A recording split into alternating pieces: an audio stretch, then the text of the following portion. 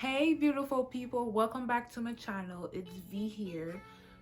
Today's video is part 2 of my fitness journey story, life after losing 110 pounds.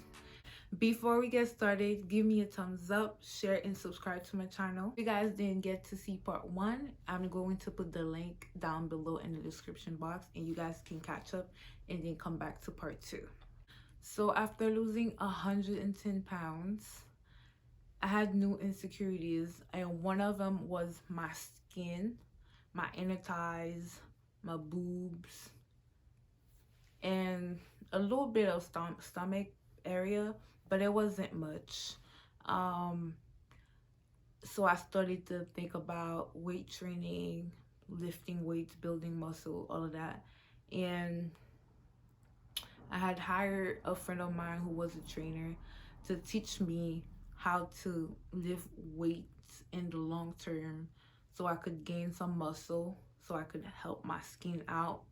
And I did that, and we trained for 2 or 3 months, and I learned how to lift weights. I was just doing 20 to 30 minutes of cardio after lifting weights, and I was just lifting because when I saw the result I was getting with lifting weights, and then the way I wanted to sculpt my body, I was seeing so much result. Like I got obsessed with lifting weights. I was loving it, and I was talking to a lot of people because the scale wasn't moving, and I was kind of obsessed with the scale because the goal was always to still lose weight, to still lose fat, but I was not used to it. So the scale started to go up, and within a year, I gained 10 to 15 pounds. And I was doing a lot of weight training. I was lifting a lot, and I was barely doing cardio. I was barely walking. I had a car, and I had another job, so I was not moving the way I used to move. And I was eating pretty regular. I was At the time I wasn't really tracking food, and I wanted to gain weight, so I wasn't really tracking food. So around probably 2 3 years later, every time I would do those cuts, I would lose some weight. I would lose 10 to 15 pounds, but it would backfire with me not eating enough. And when I do eat, and or when I allow myself to or treat myself to something, I would binge on it. And this cycle was going for 5 to 6 years.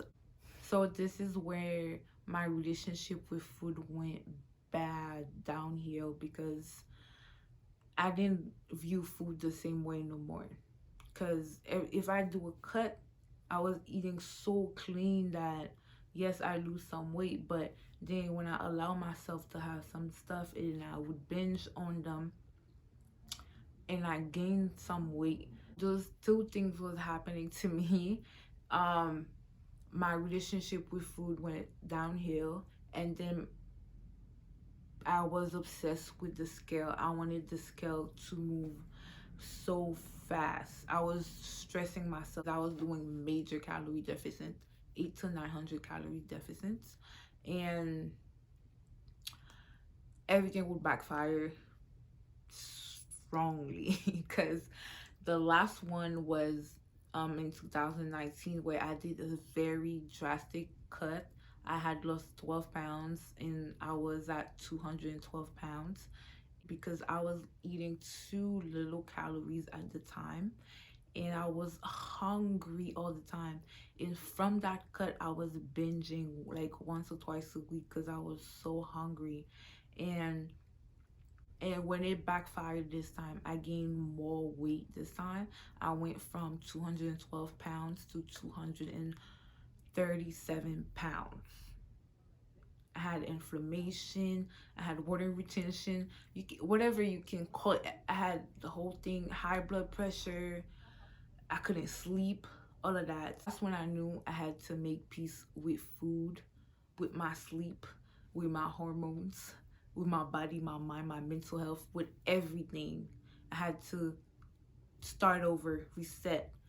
So December 31st, 2019, I decided to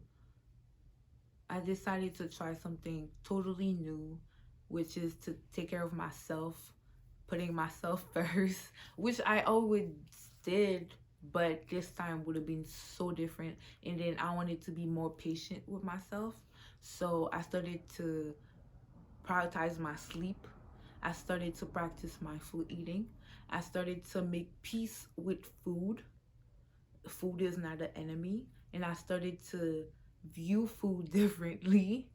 And I started to care more about my mental health, the things around me, the things that are going on with me, my emotional, physical health, all of those things. And I was I bought my Apple Watch. I was doing 4,000 steps a day, and that's when I started to do 10K a day. And when I felt like everything was going well, so I started a training program, and I could tell my body was different. And then Corona had happened, so I did gain some weight from not moving as much anymore.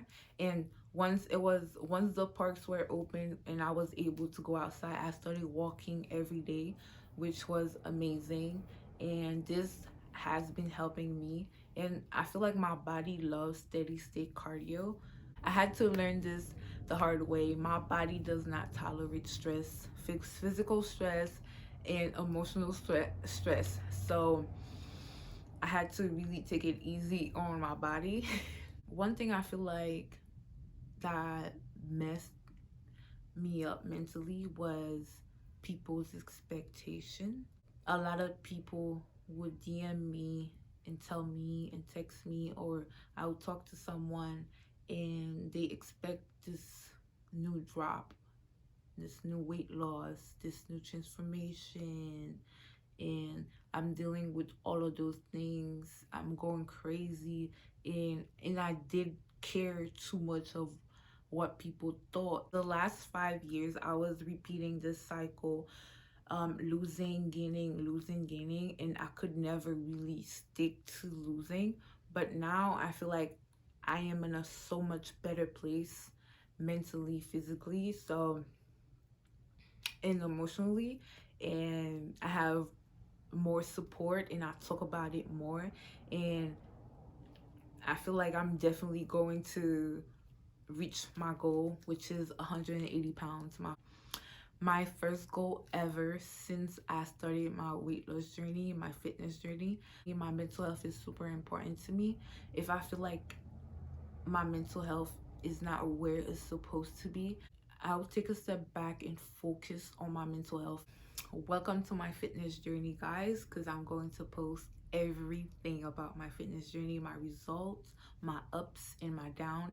So thank you guys for watching this video. I'll see you guys next time. Take risk, have fun, stay healthy, stay